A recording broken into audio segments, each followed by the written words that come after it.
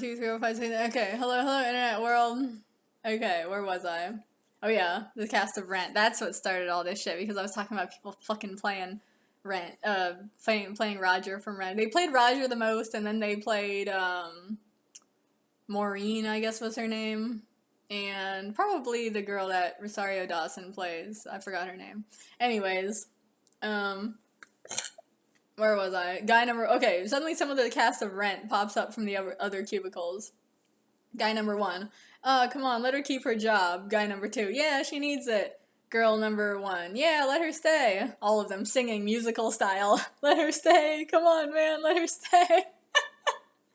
Guy, he yanks Rachel's hands off his shirt. Fine, you can keep the job, but you better make me that story, and it better be good. Rachel, hooray! Her world gets all pink and red and filled with hearts and butterflies, and she floats upwards. Like that thing from SpongeBob. How many times have I fucking used that? I guess it's just a perfect meme. As usual, SpongeBob is the perfect meme. The boss guy grabs her by the shirt and a record scratches as the world goes back to normal. Guy, and don't do that again. Rachel, okay. Oh, guy, and quit looking at me with them big old eyes. Oh yeah, that's straight from SpongeBob. Rachel covers her eyes peekaboo style. Guy, that's better. He drops her back into the spinny chair. He goes up to guy number 1 from Rent and pulls out a piece of paper from his pocket. Boss guy. Son, let me have a word with you. Have you ever seen this paper before? Guy from Rent. Looks at the paper. Reading. The first rule of Fight Club. Looks back at the boss. Nope, never seen it before. Boss. Damn. Just when I thought I was about to catch the antisocial asshole who's been writing this. Well, there's only one place for this to go. He shouts over his shoulder. Hey, Shirley, send this piece of paper down to the incinerator chute, will ya? Along with that box with the label, letters from the wife. The boss guy leaves the cubicle. What is with the whole trope of these guys that hate their wives? Just fucking get a divorce. I mean, I guess they're probably already separated, right? If she's writing him letters. I mean, if they're not separated, couldn't she just say the shit she wants to say? At home? Or is that what makes her so annoying? Is that she already says all this shit at home, but then at work, she sends him letters, during the day. I don't know. It's just this fucking whole trope, I know it comes from another world, a past world, where you basically had to be married. Otherwise, if you're back then, in the fucking horrible days, or whatever. What, boy? It's if you were a woman and you didn't have a husband, you basically couldn't get a job, or if you did get a job, it would be a really fucking shitty one that everyone would make fun of you and call you a spinster, and they wouldn't give you much money, and they wouldn't give a fuck if you died, because they're well, you should have got married and shit like that. And, so you need the guy because only the men get respect in that world, so you need him for, survival. But, if you're a man, then all your time is going to be spent working, making money. You're not going to have time to cook or take care of your house and all that shit. So, all that fucking bullshit, that fucking horrible life.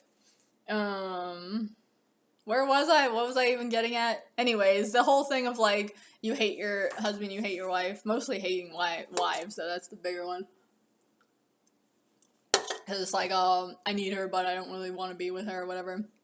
I don't know. Though I never liked that kind of sense of humor. It's if you hate each other, if you fucking hate her so much, fucking divorce her. It's fucking bullshit. Stop talking shit. It pisses me off. Anyways, where was I? The boss guy leaves the cubicle of the guy from Rent and goes off down the hall. Guy from Rent waits until the boss is gone. Phew, that was close. He leans over to another guy from Rent. Are we still on for tonight? Other guy from Rent. You betcha. I think it's funnier if they're not even going to Fight Club, they're just going to musical theater class together or something. They do their double extra top secret thumb wrestling handshake, but are interrupted by Rachel popping out of nowhere over the cubicle wall. Hey guys, what you doing? Both guys clearing their throats. Nothing. Rachel, whatever. She rolls her eyes and flops back down on the spinning chair with her legs all open and slouching down. Rachel, men. They're just jealous because they ain't women. She picks up a beer that randomly appeared on the floor. Not even on her desk, on the floor. And drinks it before doing one of those loud-ass burps. Yeah, like fucking Homer Simpson, okay. Cut to the next scene. Wow, that office scene was hella long. Was it? It doesn't seem long to me. I guess it was long when I was writing it.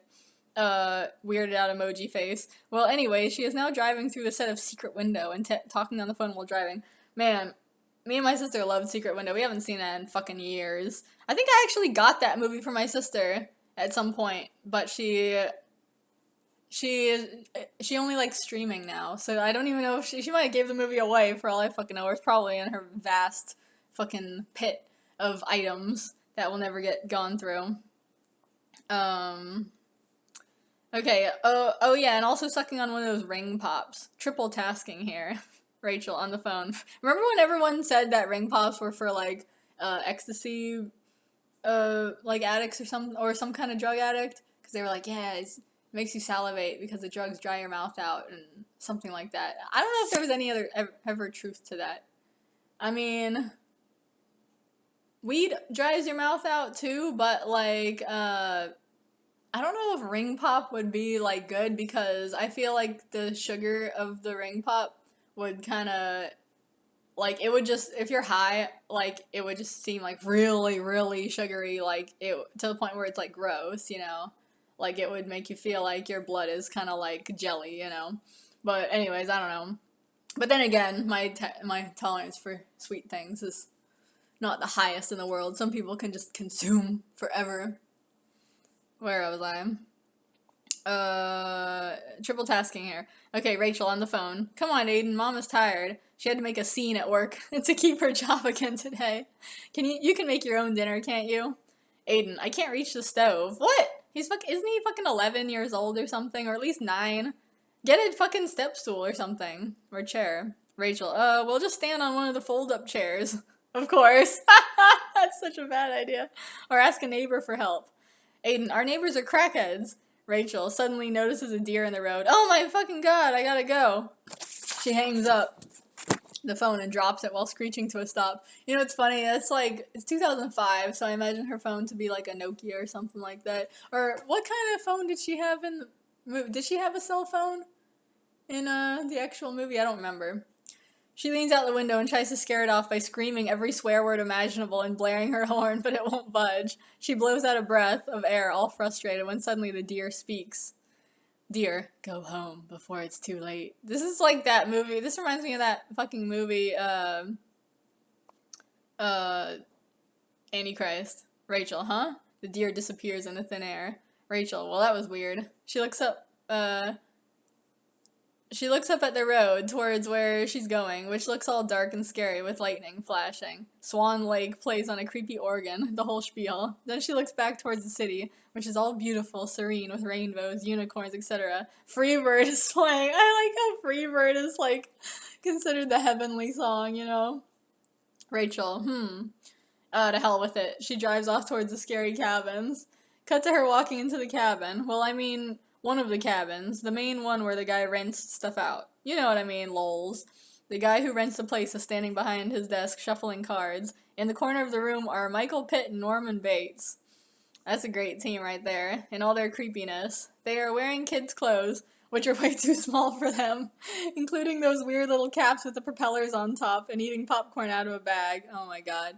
Has Michael Pitt ever been in a movie, where he played, like, a childlike person like that? I mean, okay, I know, that was him in Hedwig, right? That played that, like, teenager.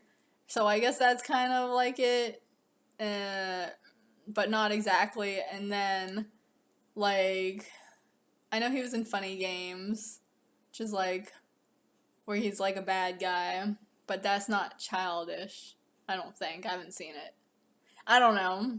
He just seems like he would have been one of those types. They should have got him to play the replacement for Norman Bates when they redid Psycho in, like, the late 90s or whatever. Who the fuck did they get instead? One of the fucking Batman actors or something like that? I just remember thinking, like, he wasn't, I don't remember who they got to play him. I just remember thinking, like, I was like, this guy? Really? Like, it didn't seem to fit or something, but whatever. You cannot replace the original. Where was I? Okay, they're wearing kids' clothes, yeah. Eating popcorn out of a bag. Well, it seems like popcorn anyway. Ooh. They glare at her as she nears the desk. Rachel, she cautiously comes over. Hey, are you open?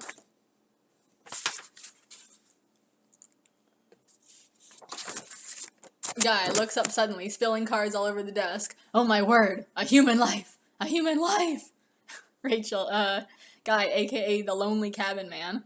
Here, pick a card, any card. Grabbing cards frantically off the desk to offer her. Rachel, can I just get a... The Lonely Cabin Man comes out from behind his desk and grabs her warmly by the shoulders. I guess his two sons are not, good company. Lonely Cabin Man breathes in deeply. You have the smell of life on you. Here, oh yeah, maybe his sons are like zombies or something. Or ghouls. Here, sit down, have some tea, have some ice cream, have a frozen weasel popsicle. I need to make a shirt that says frozen weasel popsicle. Actually, don't move, I'll get it for you. Here, get acquainted with my boys while you're waiting. Ain't they sweet? They sure do love when the women folk come around. Oh, that's just great. That's what everyone wants to hear. Rachel, yeah, they're lovely. She reaches out to shake hands with them. Pitt hisses at her like an alien monster. I guess. Rachel yanks her hand back. Yeah, lovely. The Lonely Cabin Man scampers off into the back room. Rachel and the boys just sort of stare awkwardly at each other. Norman grabs a big handful of the popcorn and shoves it in his mouth along with his whole fist. Ew! I hate when people do shit like that. Like, just can't. He just sort of sits like that. And that seems like another SpongeBobism too. That seems like something fucking Patrick would do. I think he has done that. But at least Patrick doesn't have a real hand. Like, Patrick's hand is just a fucking stump that goes into his, like, his starfish arm. So, it's not as bad.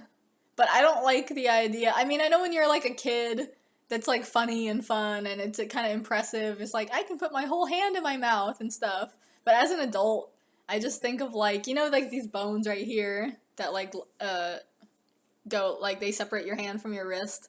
Like, just the idea of that, like, getting stuck in your mouth and your jaw getting, like, you know, your jaw gets really sore because it's, like, stuck open and, like, you can't get it out. I just don't like the idea of fucking a hand, your own hand, getting stuck in your fucking mouth. That just, you know, it doesn't have the same funness that it did as a child, you know. It just, I don't know. It lacks humor now, for some reason. Okay, where was I? He just sort of sits like that until a minute goes by, and the Lonely Cabin Man reappears, carrying a frozen solid weasel impaled on a stick. LCM, here you go, he offers it to Rachel. Rachel steps back with a nervous laugh. Hey, you know, I really love to, but I just remembered I'm on a no-weasel diet. Shame, huh? Nervous laugh. A big-ass anime sweat drop appears on her head. LCM shrugs. Oh well, if you ever get the craving for frozen weasel popsicles, you know where to get them. He bites the head clean off the weasel and starts chewing it with his mouth open. Ew. You know what? I imagine that would be so difficult to eat. Because even a regular popsicle is sometimes kind of hard. Pitch. And it's really big, too. And once again, a big piece of ice in your mouth. You'd be like... But maybe he's used to cold things. I don't know, whatever. Because that would be like freezing all your teeth. But maybe he has dentures, you know? Maybe he can't feel the coldness or whatever. I don't know. Pitt shifts forward. Hey, Gramps, what do you say to sharing some of that weasel, huh? Norman. He yanks his fist out of his mouth. Thank God it didn't get stuck. Yeah, Mama, we want some. What?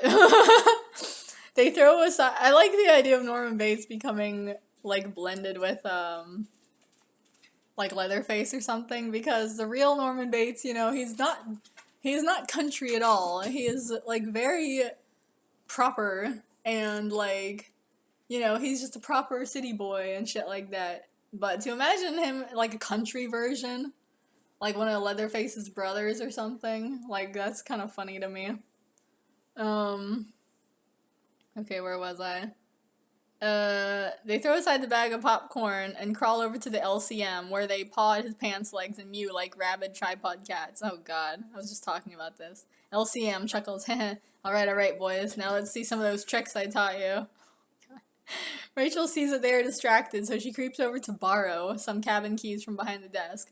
On the way, she passes the popcorn bag and sees that it's actually human teeth and whole finger/toenails. Oh god. She shudders and goes behind the desk. Rachel. Alright, let's see what we got here. Marty's cabin was 12, right? She pulls open the drawer and leaps back in surprise, because inside the drawer is a tiny person standing amongst the keys. Oh my god, the borrowers are back.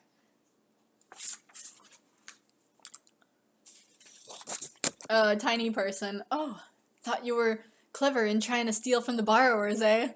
Rachel puts her hands on her hips. I wasn't stealing, I was borrowing. The borrower crosses arms. A likely story. Rachel rolls eyes to herself. I don't have time for this. To the borrower. Hey look, a giant centipede. Borrower turns to look. Huh? Where? Rachel swiftly takes off one of her shoes and beats the borrower into a splattered gory pulp all over the drawer. Oh, so cruel. Rachel, guess you weren't so lucky, punk. She blows off the bloody spiked heel of her oh, she had high heel, I didn't even realize that. The bloody spiked heel of her shoe like it was a smoking gun. Then she puts the shoe back on. Rachel, so, where's number 12? So much violence going on here. She rummages around in the drawer until she finds it and then holds it up and kisses it. Rachel, sweet victory. She puts it in her pocket. She slinks out of the rental cabin while the lonely cabin man is making the boys do their seizure trick and writhe around on the floor. They don't notice her at all.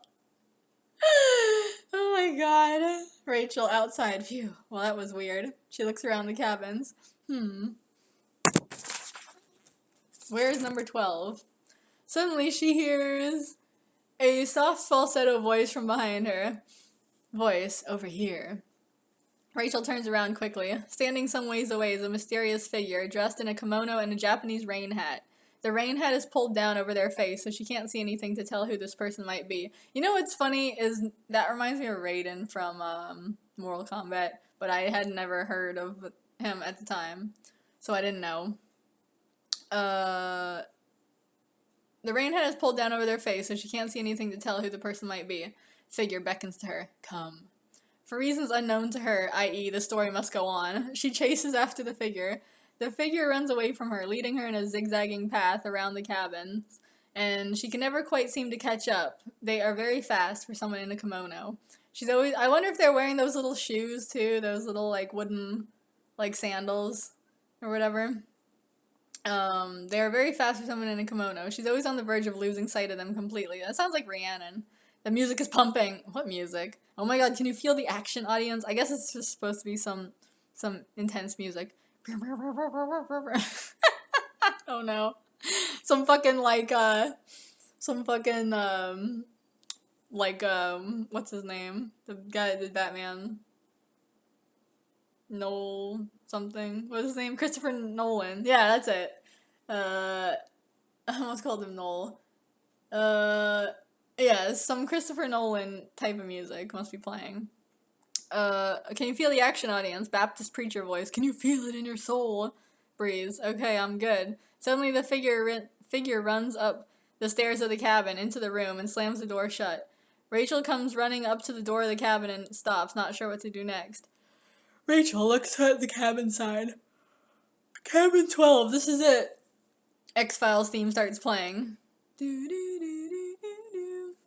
wonder what I would look like with short hair. But it doesn't work, like, when you... Because there's, like... When you try to do it like this, it doesn't look how it would have actually looked, because everything's all puffed, you know? It's like...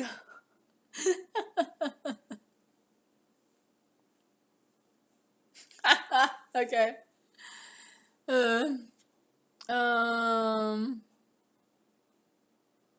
Where was I?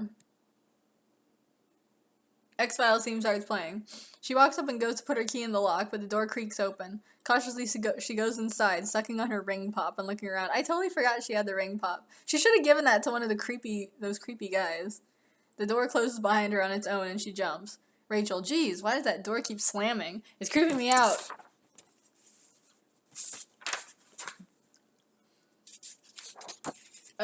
Door, sorry, it's my job. Rachel, annoyed sigh. Fine, if it's your job. Lord knows my job ain't all sunshine and roses either. Door, I know, my boss is a douchebag. Rachel, mine too. Rachel in the door. Buddies! Woogity, woogity, woogity. What's the woogity thing from? I forgot. Door. Well, I've used up all my allotted speaking time today. Goodbye. That's like working a fucking cashier. Okay, 20 minutes.